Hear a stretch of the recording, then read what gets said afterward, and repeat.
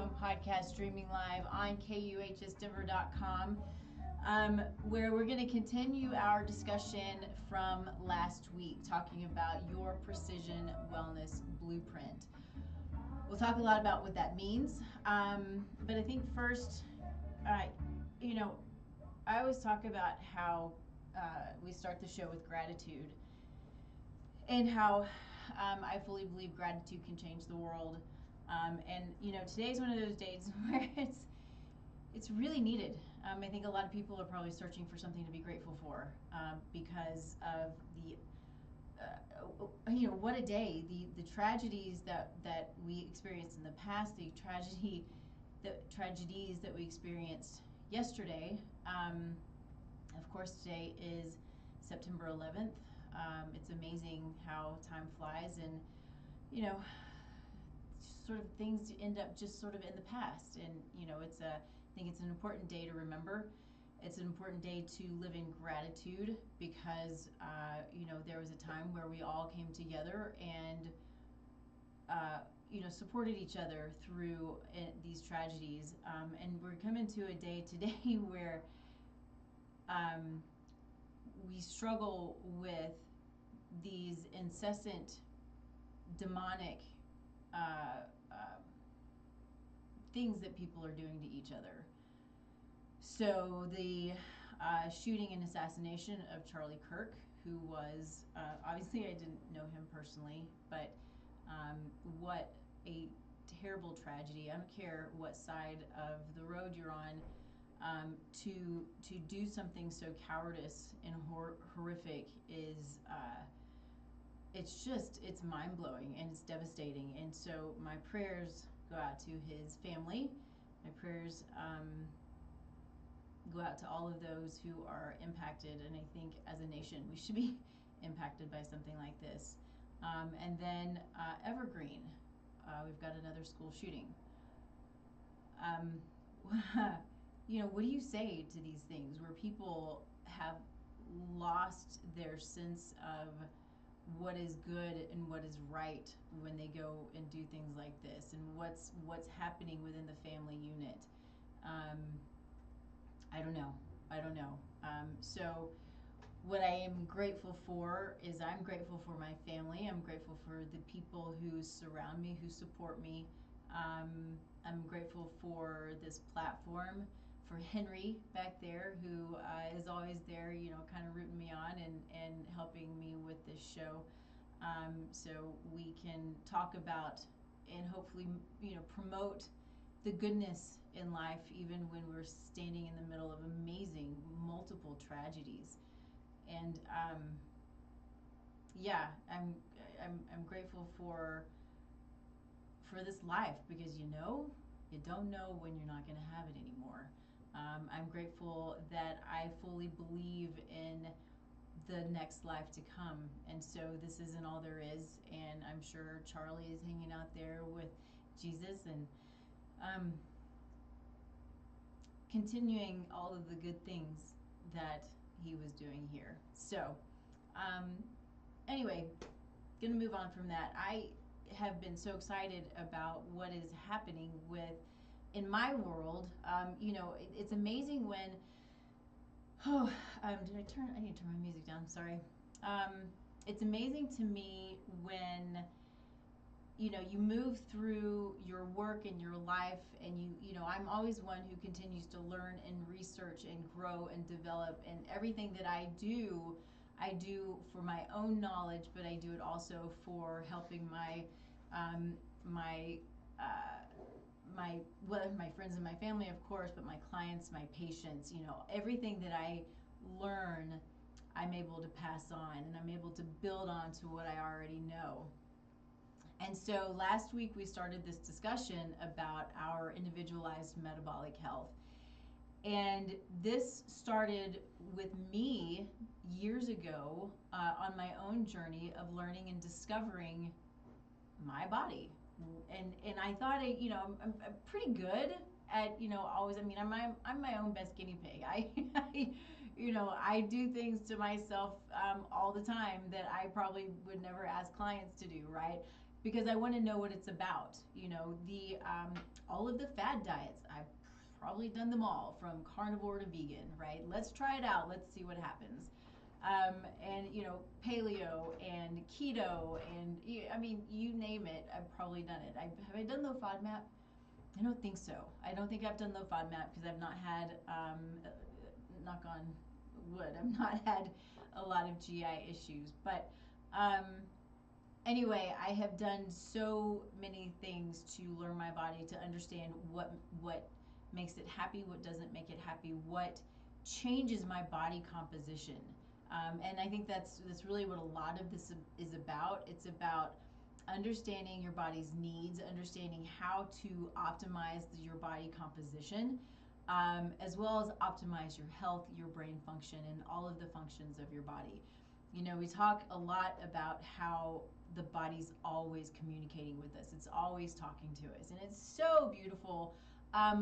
But it's almost like it's we don't understand it. It's speaking Spanish, or it's speaking a language that we don't understand. We're like, what is happening? And so I see a lot in practice, people are like, why is my body fighting me? Why can't I figure out what's going on? Why do I have these symptoms? What is happening in my body that I don't know what to do about it? And so whether that's some kind of mild to moderate symptom, or whether you're struggling with some amazingly complicated symptoms and conditions, we need to learn that that's the body trying to talk to us. I have this viewpoint, and I'm not the only one, but I have this viewpoint that our body is so perfectly and beautifully created. It's this God-given gift that its goal is to keep you alive always. And so it can only do as much as it has the capacity for. And when I say that, what I mean is, it's all about what we're putting into it mentally, emotionally, physically. What are we feeding it? How are we sleeping? That's definitely an input. How are we talking to ourselves? How do we view the world? How do we let things like what's happened over the last few days in 9/11, how do we let that impact us? Do we let it take us down, or do we want to rise up and do something about it, right? There's strength in the wanting to move forward and move ahead. Now, I say that, what I also see, and this is a difficult place to be in, is that over time, when the chronic conditions just seem to continue to take hold and take more hold and take more hold, and there's this spiral. I mean, I watch the spiral when I look at people's their timelines. I put together timelines for my patients and clients, and you can see the spiral downward, right? And you start to lose that drive, that motivation to get better. Well, let me take that back. I've seen both. I've seen people lose that drive and motivation because they feel like they've lost control and they don't know what to do. But then I've seen those who are so driven because they're like, I got to figure out what this is. I don't know what's going on. I need to find answers. And they just dig and dig and dig, and they find people to help them dig, which is what, of course, I do. Is I dig. I want to understand. I want to get to that foundational level so we can then address whatever is happening and allow the body then to start to do its job on its own. Not start to do the job on its own, but to better have the capacity to do the things that it needs to do to keep us alive, because that's its ultimate goal. So, long-winded way of saying I was working on my own stuff, my own health. Not that I have, most of my health issues are biomechanical, not biochemical. I've got a curve in my spine and it's affected all of these things, but it's okay. I manage it and I get help for it, and that's what I do, and that's what we all do, right? We find our team of people who can help us manage the things that we can't manage on our own. But as my own guinea pig and going through this whole process of doing my labs, I do my labs not as regularly as I should, but I know a lot of things about myself, so I know what needs to be tested. So I'm doing my labs. I've done multiple GI panels. I've done organic acids. I've done mycotoxin testing. I've done total tox testing. I've done your cardiac panels. You know, I know my history, so I want to understand my cardiac health and all my vascular health, and of course, you know, my brain function. There are a couple of tests that I still need to do that I want to do that I haven't done yet, that I will then input into my own set of data points to continue to dig deeper in myself. But all of these things over time I've taken and I've put it all together to build out me from this really cool genetic biochemical level. And I say genetic, I didn't mention that. I've done 3 or 4 probably different genetic tests. Now, I'm not saying that that's necessary. I did that because there are some genetic tests that give more information than other, or not more, but different information than others. You know, the one I tend to do most for my own patients and clients is nutrigenomics testing.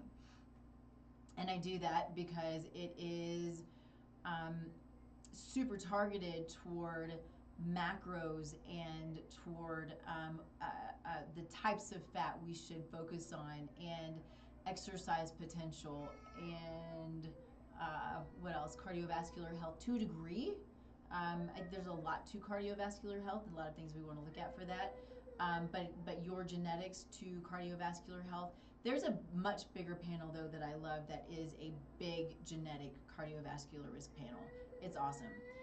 So depending on what your goals are and what your needs are, those things can all be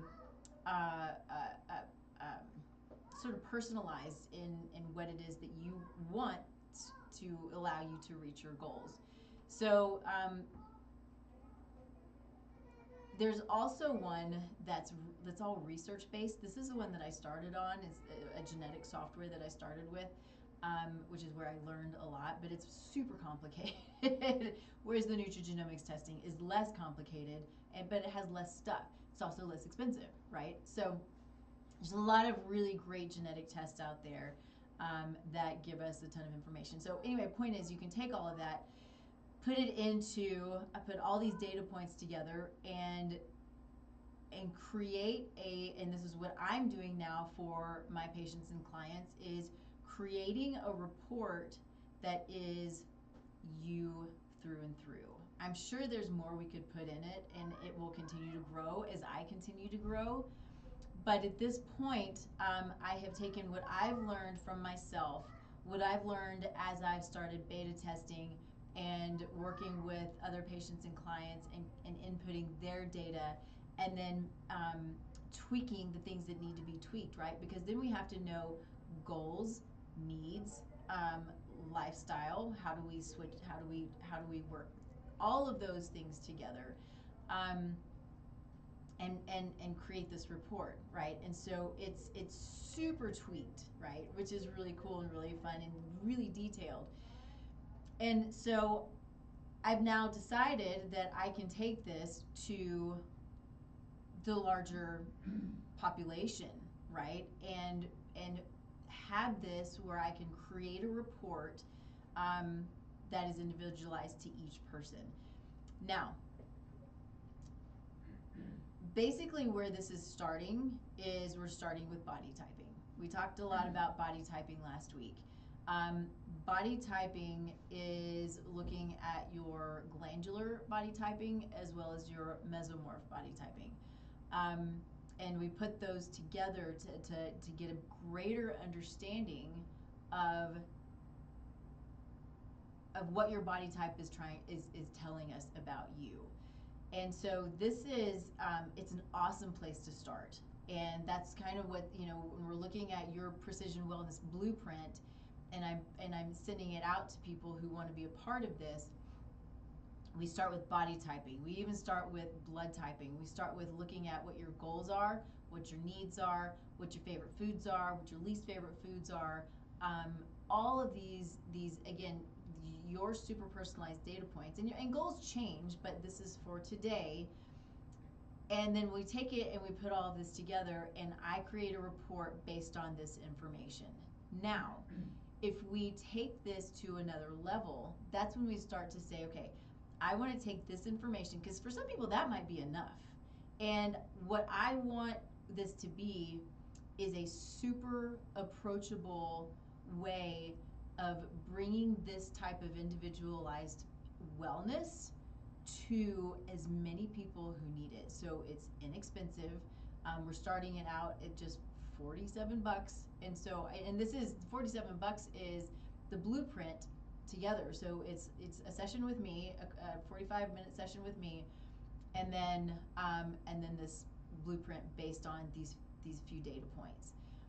So then, though, for those who do want to dig deeper, that's when we start to say, okay, what are the labs that we want to input? What are the what's the technology that we want to input? Because the greater the amount of information, the more specific and individualized the report can be.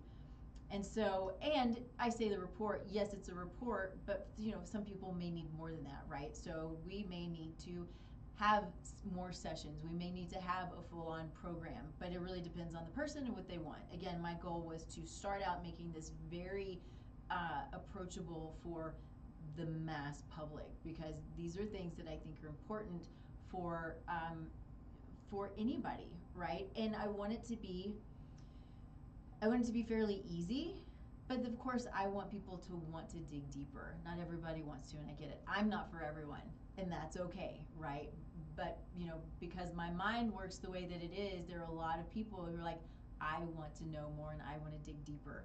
I'm a very curious person, and this is why I do what I do. And I'm curious about, when people come to me and have their whatever it is that they're struggling with, I want to know why. And so I'm going to take it and I'm going to dig and I'm going to learn. And the best way for me to learn, besides just researching the way that I research, is by running the labs, looking at genetics, understanding goals, understanding lifestyle, stress, sleep. I mean, it really is all encompassing. And this report includes all of those things, right? So anyway, I'm super excited about it. I think that it is going, for some people, maybe for a lot of people, it's going to be a game changer. I'll tell you, for me, as I was going through this process myself, it has opened my mind to so many amazing things about myself, and I have changed my body composition. I've learned about what I can do to optimize on multiple levels, optimize my sleep, optimize my workouts, optimize my protein intake. And these are the things too that get really hard, because when you're looking at macros, people are like, how much protein do I need? I don't know. I can tell you about, but when I'm talking to you specifically, how much do you need? Now that's going to be a deeper level when we're looking at genetics. Genetics can be really key in helping us understand macro needs. But I can start to base sort of a more targeted, not super targeted, but more targeted macro count for each person based on what we find in any of these data points, right? But in the body typing, if we're going to just start out with these basics. And so things that we don't always understand, for one, is why something works for one person but doesn't work for all people, or doesn't work, it works for me but it doesn't work for my sister, or it works for my husband and it doesn't work for me, right? Everything about us is completely different. And so if we were to look at a man, and when his carb intake is optimal, and a woman, and when her carb intake is optimal, they're going to be totally different, especially for women, depending on where they are in their life cycle, right? So things are different as young, fertile women. And then things change as we age and move into perimenopause, and then certainly into menopause. The body changes, the needs change, the hormones change, and that's a huge part of what we cannot not take into consideration where a woman is in her life and how she should approach her nutrition and her health and her lifestyle and her exercise, right? That's another thing that I learned, when I was younger. Working out really hard and building muscle was every day. I never did every day, but I might do 5 days a week. That was a fine thing for me. It's not anymore, right? And so as I've aged, I need more protein, and I need less hardcore CrossFit workouts, which is not always an easy thing to want to accept. But it's okay. God's a lot smarter than I am, so I'll take it for what it is. He's the one in control, not me. So anyway, we need to take into consideration that a man can fast a lot more efficiently than a woman can, right? There's data coming out about cold plunging. Women have a much harder time with stress and with cortisol levels if they do a cold plunge than a man does. And I'm going to tell you, I'm going to say, so this is only just a study of two, my husband and me. So we started doing the cold plunging, and he's a lot warmer, not a lot, but he's warmer than I am. I tend to lean a little more cold natured, and he loves the cold plunge. Like, he will sit in freezing runoff water in the river for, I don't know, 10 minutes now. I think that's too long because his internal temperature also tanks. He's cold for a long time. So I'm not recommending you do that. But the point is, he can do it, and he does do it. And I cannot. It's too much. It literally, I feel the stress, and it makes me crazy. And I'm like, okay, I got 10 seconds and I'm out. And so, I don't mind cold, but I can't do the freezing. It's just too much. So,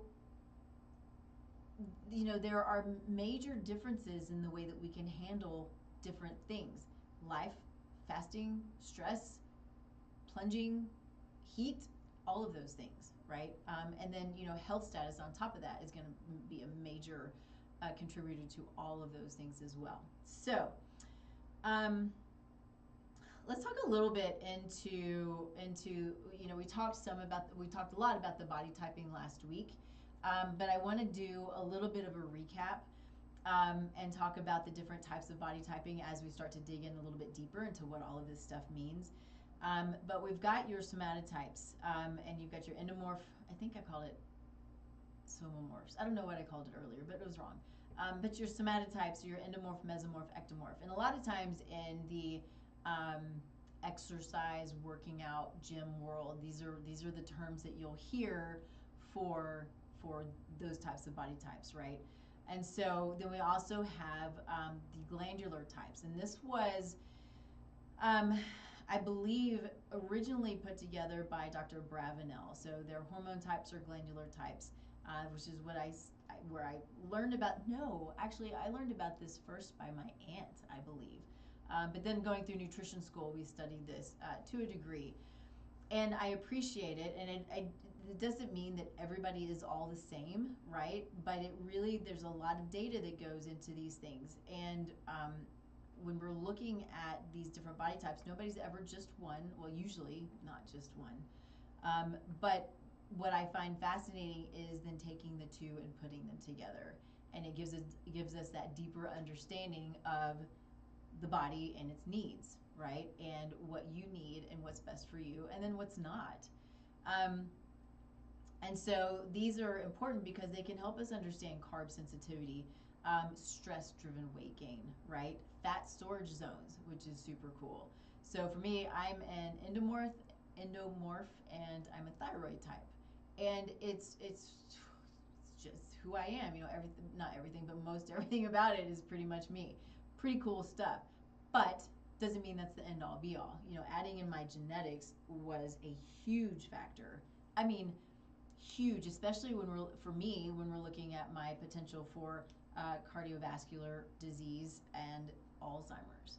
So this is the stuff that gets you amazingly granular, and what I learned about myself, because for me specifically, we hit on this a little bit last week, but for me specifically, I don't do well with saturated fat. I don't do well with lipids, period.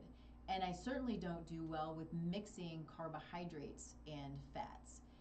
So, what we find in mainstream dietetics, we'll say, and I think even in nutrition, in functional nutrition, any of those who are trained, is if we want to um, sort of mitigate a blood sugar spike, we eat the carb like a piece of fruit.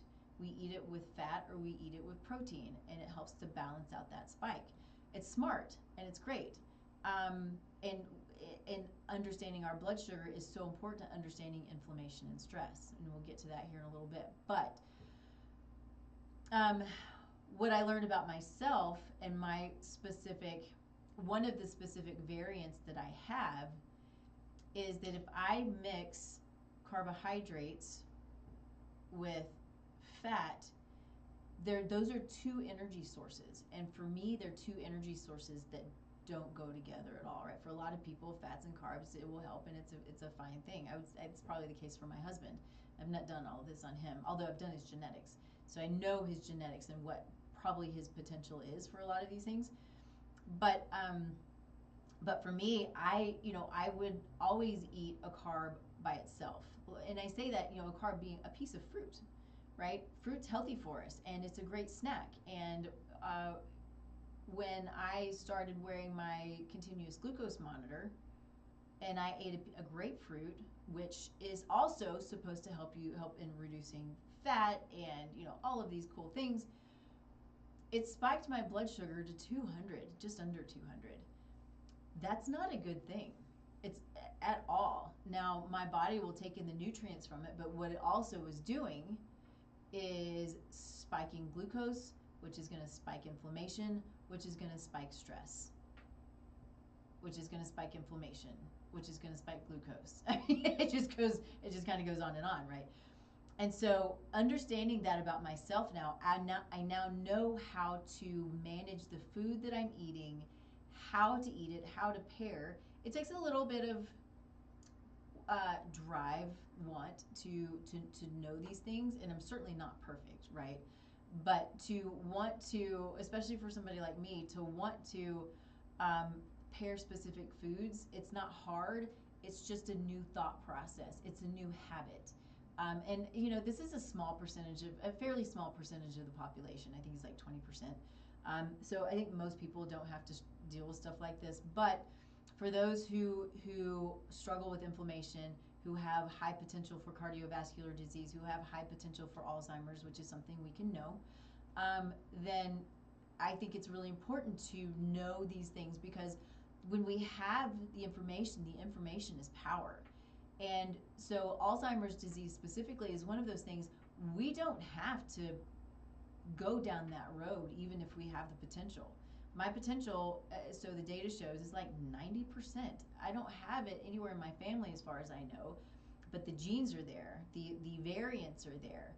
And so somehow I'm the lucky one, right? And so they're, and it's fine. I certainly am not questioning God, and what I believe to be the case, I'm trying to remember what this is, but there's this specific variant, because it is I think it's an older variant. There was a time that it was super protective. I need to look back at what that was, but this variant is a protective variant. But we have to know how to manage it, which is why it's so beautiful to know your genetics, right? I mean, we're in this place today where the amazingness of the individualization it's phenomenal. So knowing how to spend my days, the markers to look at to mitigate Alzheimer's, the foods to eat, the foods to avoid, the foods to put together, how to not put things together, those are all things that are only going to help me.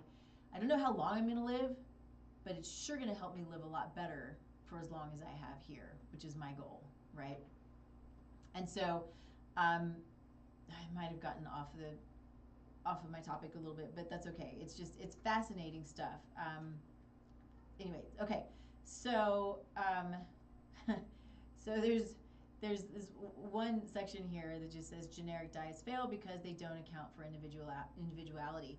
You know, the things that we hear from our mainstream medicine, if we go in looking to lose weight, it's eat less and move more.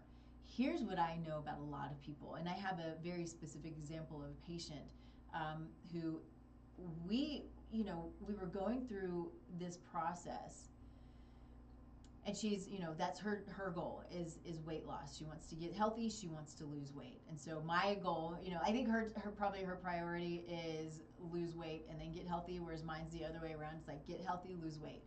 But the fact is, as we're going through this process, we're looking at what she's eating on a daily basis. And she's really struggling, right? She's having a tough time. She's like, I've lost 10 pounds and I've just stayed there. And so when we looked at what she was eating like 1,000 or 1,200 calories a day. And not bad. I mean, there are definitely some tweaks in what she was eating that are going to be much better for her. But her protein was, I don't know if it was 40 or 50 or 60 grams of protein. Very, very low for a person who needs a much higher protein count for her weight, for her height, for all of those things. And so we want to make sure, especially with protein, protein, it's a builder. Protein builds our neurotransmitters, it builds our muscles, it builds our enzymes, right? And so we need protein, we need sufficient protein in order to build like we're supposed to. And I have another client who has just upped his protein significantly. He's a man getting, 60 grams of protein a day. And then now he's up to 140, 50, 60 protein pounds, grams of protein a day. And he's like, I feel the difference. He's a young guy. He works out, and he's doing amazing. I'm so, so, so proud of him. But when he started to up his protein and get enough in, he's like, I'm feeling the difference, and his weight started to drop. And so it can be a game changer for a lot of people, but so can the amount of calories that we're getting. Now, we don't focus on calories usually. It's going to be part of it if we're counting macros and we need to understand how much we need to get in. It's a part of it. It's just how it works. But it's not a calorie is not a calorie. And so, the things that we want to make sure that we're looking at is the types of calories that we're getting in. Good healthy fat, good healthy protein, good healthy carbohydrates, a little bit of fruit, lots of vegetables, and that's basically it, right? I rarely will count a bunch of grains and stuff like that in someone's plan. Depends on the person, and depends on there are a lot of factors as to where I will include certain grains or not. For me, I don't, but for him, I did to a degree, a small amount of like quinoa or what else, like some gluten-free grains that are sort of pseudo grains more than anything, and may have some benefit. And for him, eating carbs throughout the day, and when I say carbs, I'm talking fruit, vegetable, maybe a little bit of grain, that helps to balance him, and it's made a difference for him. Cool stuff, man. I love it. So, oh, and I hate the word diet. I don't put people on diets. Usually don't put people on diets. There are people who therapeutically need specific diets. I would call low fat FODMAP a therapeutic diet, but it's only for symptom management. It's not therapeutic. It will not get rid of SIBO. It's only to help with symptoms. So you got to manage SIBO. If you don't know what this is, it's a whole other topic. But point is, if you're struggling with SIBO, low FODMAP diet will only manage symptoms, which is okay. I mean, we do that for a reason, for a period of time, but not for an extended period of time for sure. Because these are all super healthy foods that should be a part of our diet, and we should be able to eat. Okay, what else do we have here? So let's do this. Let's talk a little bit about. Let's talk a little bit about the program. Then we're going to talk a little bit about tech and our sponsor. Actually, I'm going to switch that. I want to talk about tech and our sponsor because we have, let's see if I can move this forward real quick. Our sponsor is, so Susan Drake of Mountain Medical Concepts. We also talked a little bit about this last week, but this is a really cool way of understanding your metabolic health. I have not done this, so I've not put this in my own set of data points, but I want to, and I will. I have my friend over at vivewell.health. He has this VO2 Max machine. So Dr. Ben Bush over at vivewell.health in Arvada. If you're local, go see him. Good stuff. So Pnoe is a really great, if not the top VO2 Max and metabolic analysis. So it's really cool stuff because it literally looks at, I mean, you can see here, right? Breath, saliva, stool. It's a body scan. It's a urine. It's blood, and it looks at all of the different organ systems and how they're functioning, how your metabolism is, and then what you can do then to optimize, right? I mean, that's the stuff that we want to know. So Susan has these products. They're big, right? So this isn't like something that you would have at home. This is only for practitioners. But it's a great addition to a practice, and it's a great way to benefit patients and clients when it comes to understanding metabolic health. And so taking a report like this and inputting it into a list of data points for something like this program would be awesome. So if you are a practitioner, reach out to Susan Drake. She's awesome. I mean, she's got really great peptides through New BioAge. She's got exosomes, and she's got this cool new food sensitivity panel.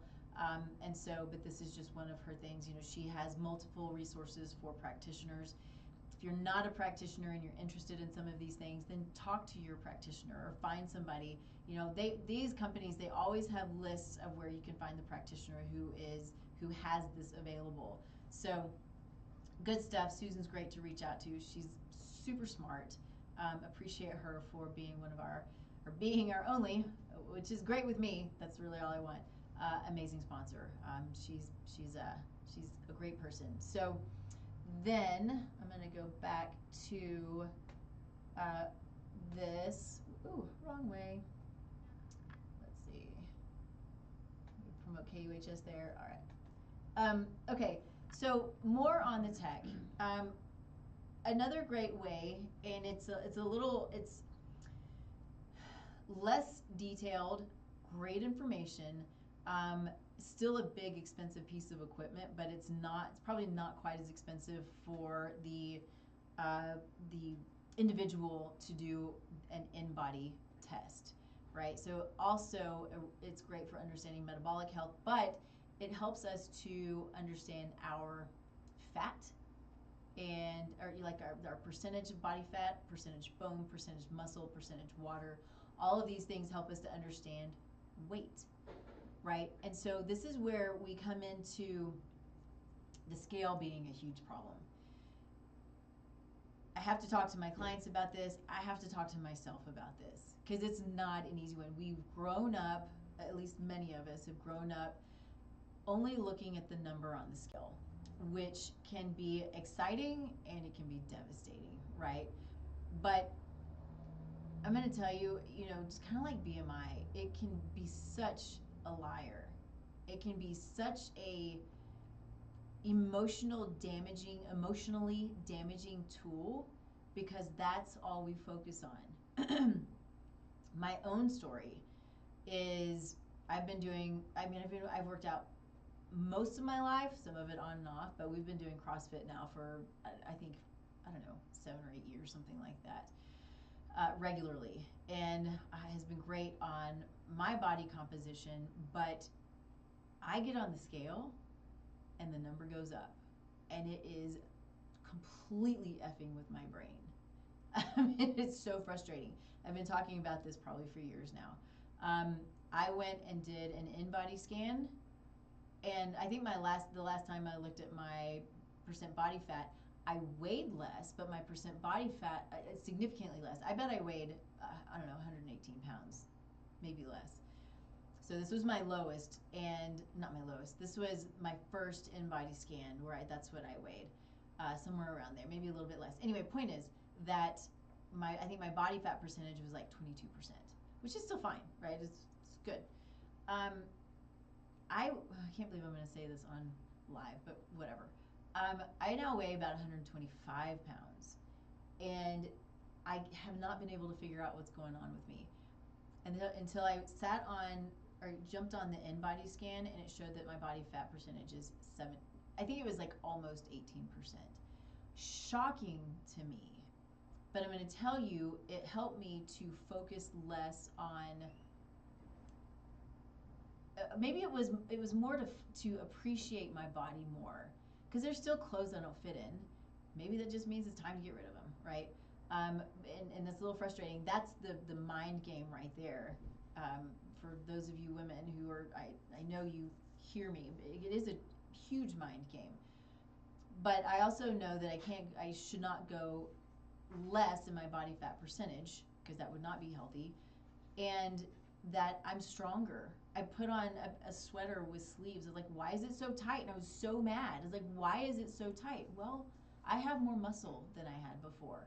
And so muscle weighs more than fat. We're going to put on muscle. That fat's going to shrink, but we're going to end up putting on weight. And I know we can tell ourselves this, right? And it still gets really frustrating. But it's the facts, and it's true. And and having this data, though, can sometimes alter our mindset, help us appreciate our body more and all the things that it can do. That's what it did for me, and that's my hope for anybody who goes through this stuff with me, is that you appreciate your body and what it can do as you start to learn it and understand it and give it the love and the care that it needs and is asking for. And I'm not saying that you don't. But when we understand it to a deeper level, we know how to give it what it needs. We know how to care for it, right? Because that's what it's doing for us. So let's see. So let's just, I think let's talk a little bit. Oh, no. Yeah. Let's talk a little bit about this program again. So what you can see here is you can scan the QR code. I know it's not easy to do, but maybe you can scan it. You can also, though, my head's kind of in the way, you can text Blueprint. So text Blueprint to 720-864-1699, and we will send you basically it's a landing page, right? It's just what it is, but it's what to fill out to get the process started. And then you'll book an appointment with me. Like I said, it's $47, right? This is usually a $200, not quite that much.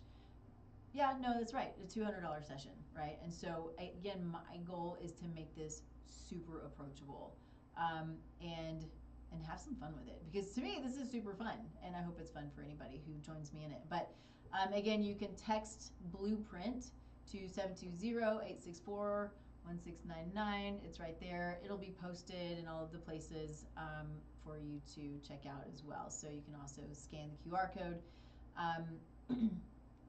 and go from there. So let's dig in a little bit more to the tech.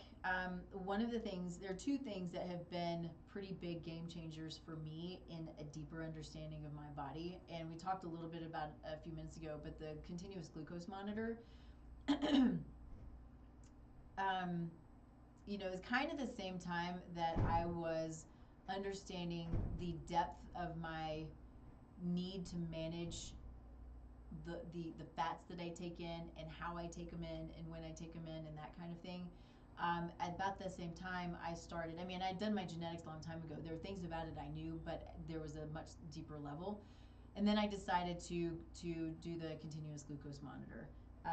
What's cool about this is there's an app called Thea, and I use that with my patients and clients. So I can they connect together, and I see in real time what a client's or patients' glucose levels are, and what they ate, and all of the data. So we can take these reports, and I would probably take at minimum a 15-day report, but I think maximum, which is smart, is not maximum, but do ideally a 30-day report, and then put it into as one of the data points, or actually a lot of data points.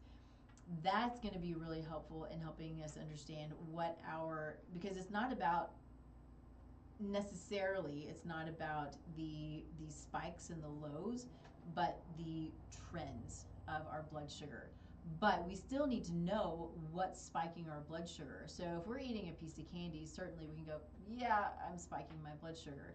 But if you eat a grapefruit and it jumps up to 200, it changes your mindset about how you manage these things with your body. Because I was super in shock, and knowing what I know and telling you, if you don't already know this, like I said earlier, that it's these spikes that will push stress in the body. You may not feel it. I didn't feel it until I saw it, and I was like, what? I mean, that created more stress, right? but I didn't feel this crazy spike. But I'm going to tell you, and some people might. I'll tell you that it just floored me, and so I've not done that again. This morning, my husband opened up a mango, and it's my favorite, hands down favorite fruit is the mango. So high in sugar, high in all the other good stuff too. So don't get me wrong. I'm not saying don't eat them, because they're delicious and they are so good for us. But there are things like that are so high in sugar that we manage. And so I took like the tiniest bite of it just to get a flavor of it, because I don't want to eat this mango or any part of a mango. At these days, maybe a quarter or a half, but I need to have protein first. So I make sure that I had just a teeny taste of it. And then what I took with me to go up to the clinic is, I don't know, probably a third, maybe a little bit more of the mango. And then I'll have my protein, and then I'll have a little mango. And probably not have the whole thing all at one time, because I'm afraid it will still spike it. So I can always think about these things now, and they'll become habit, which is fun, right? Habits are hard to change, hard to create also. But having the information in front of you is what can help to create the new habits and move them forward. They all take time. Let's see. I wanted to talk about Lumen. Lumen's another tech, kind of cool techie device that you blow into, and it tracks whether you are burning carbs or burning fat. And there are different times during the day, during activity, during the evening, that you want to burn carbs or fat, right? And so it can give us a lot of indication to metabolic flexibility, which is really important for stabilizing health, stabilizing blood sugars, as well as understanding when we are burning fat, because we want to continue burning fat to a degree, but not constantly. There are times when we also need to burn carbs. So it can also help us understand fasting. So we talk about the difference between men and women and the need for carbs and the timing of carbs. But fasting plays a big role there too. Fasting is a new it's a new fad, but it's biblical, right? We talk about fasting. They don't talk about intermittent fasting, I don't think, in the Bible, but there is fasting, whether it's 36 hours, 40 days, which I probably would never even consider trying. But but fasting for some people can be amazing. But for some people, it can also be super stressful. What does stress do? It increases inflammation. It increases blood glucose levels, right? So when we have a tool that can help us understand fasting and when to fast and when to not fast, that is key in helping us continue to learn our body. I feel like, I'm not sure about this yet, but I feel like I now can kind of feel when my body is moving from a fasted, it's okay to keep fasting state, so it's from a fat burning to a carb burning, which is then the stress of not eating has started to rise, so I need to go eat immediately. I think I'm starting to figure that out, which is really cool too, because I don't want to have to use Lumen all the time, although I use it a lot. But to be able to get to the point to where you feel that, I think is huge. And so for me, what I've seen is I needed to stop fasting at 7 or 8 o'clock, but then there were days where I didn't have to stop fasting until 11 o'clock. That's a huge range. And actually, I think that I just got hungry. So it was 11 o'clock, still showed I was in fat burn. I was like, okay, I'm just going to go eat because I need some food. So it's a cool thing to have a tool that gives you that guidance so you know what is optimal, because having that optimal information is just going to help us all to optimize. And so for going back to then men and women, if we're talking about life stages and hormones and that kind of thing, hormones are regulators of metabolism. They're regulators of recovery and fat storage. And so we have men who do well with evening carbohydrates. They boost serotonin, it boosts melatonin, and can help to increase sleep and recovery. There's a guy I was talking about a little while ago who he had stopped eating carbs late, started eating them again, the right carbs in the evening, and it has helped him in his weight loss and helped him in his sleep, and he feels better. So this is completely opposite of me. I should need to eat most of my carbs before 2, and I don't want to eat hardly any in the evening. And so women with in perimenopause and menopause, they have reduced insulin sensitivity. So evening carbs are going to spike fat. Sorry, you're going to have spikes, blood sugar spikes. You're going to have fat storage, and you're going to have disrupted sleep. So these are things that are that for people who aren't sleeping well, this can be the thing that helps you to sleep better, right? So, by age, if we're looking at our 20s and our 30s, we've got much more metabolic resistance and a faster recovery. Where in our 40s and 50s, slower recovery and more sensitivity to carb timing. So, age plays a big role here as well. And so we can't ignore that piece of it, because it takes a huge chunk out that we don't understand. Okay, I think last thing, let's see, what else is there anything that I missed here? I don't think so. No, kind of along the lines of what I just said, about not taking hormones and age and gender into consideration. Is all of these things ideally are all integrated together. The body doesn't work in isolation. Our healthcare practitioners should not work in isolation, right? We have specialists for a reason, to a degree, but we have to take that, and it all has to be put together, right? Everything affects every part of us, internally and externally, whether we know it or not, right? So we take out an appendix, that's a big piece of us that's missing, that plays a big role in what they believe is to be, there are a lot of nerve endings in there, production of organisms and that kind of thing. But same with gallbladder, same with, you name it. Whatever you take out, there's a reason it's there, right? God knows what he's doing, and I fully believe that, and just to willy-nilly take stuff out I find hugely problematic. And so, anyway, sort of off the rails on that one, but it's true. And so we can't do these things in isolation. We can't just chase one data point, right? We can't only look at carbs. We can't only look at calories. We can't only look at labs. All labs are huge. We can't only look at genetics. Genetics are just our potential, or it's genetic variance, right? That's only our potential. So understanding that it's our potential means that we have the ability to also mitigate it. And that's the goal when it comes to, again, going back to the Alzheimer's and many other of the chronic conditions, whether it's diabetes or heart disease, right? We have the ability to manage and mitigate these things based on the data that we put together and how we manage our lives, right? And so, again, going back to a program like this where we start out with the body typing, which is a good place to start, and the data we put in is more than just body typing, but ideally we take it and we start adding more and more, and that can also be done over time, right? It's an easy thing to be done over a period of time, but it's it's a fun thing when you have my favorite thing about working with clients or watching the light bulbs go off, right?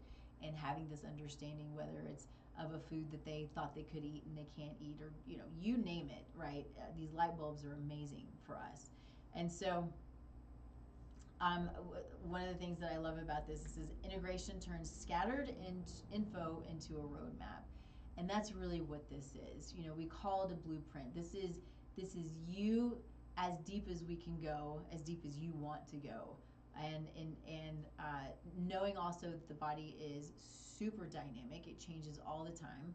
And so, what it is today in 5 years may be a little bit different, but doesn't mean that things like this can't be updated, right? It's really so much fun. And so, no, doesn't matter. Point is, though, that if you're interested in looking at the science of you, right? The science of me.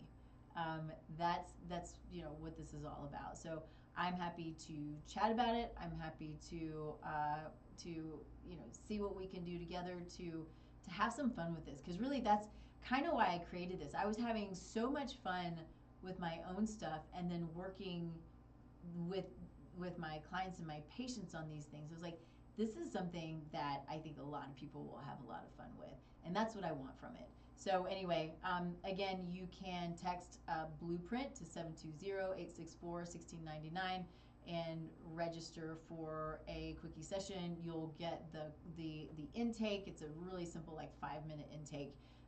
We'll chat about it. We'll put it together. We'll sit there and we can modify it together.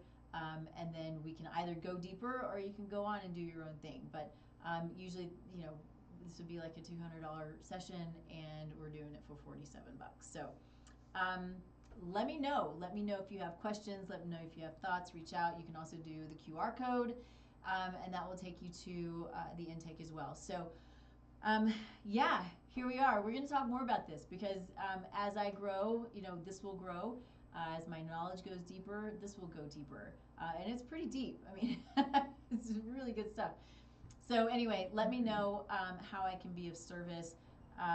Again, going back to the first of the show, for those who have been impacted, whether directly or indirectly, by 9/11, by the shootings in Evergreen here in Colorado, by the shooting and assassination of Charlie, prayers for all of them, prayers for families, prayers for us as a country. And this is a really ugly place to be. And so I won't dwell on that. I will dwell on the place of gratitude for so many beautiful things about this country and who we are, and where we are and where we've come from. But these are things that are just truly unacceptable. So grateful for all of you. Thanks for hanging out with me. Thanks for being a part of this. And we'll be back next week, 10 a.m. Mountain Time, streaming live here on KUHSdenver.com. And then, of course, you'll find us as the Taste Life Nutrition Podcast, anywhere you find your favorite podcast. So we will see you next week. Bye, y'all.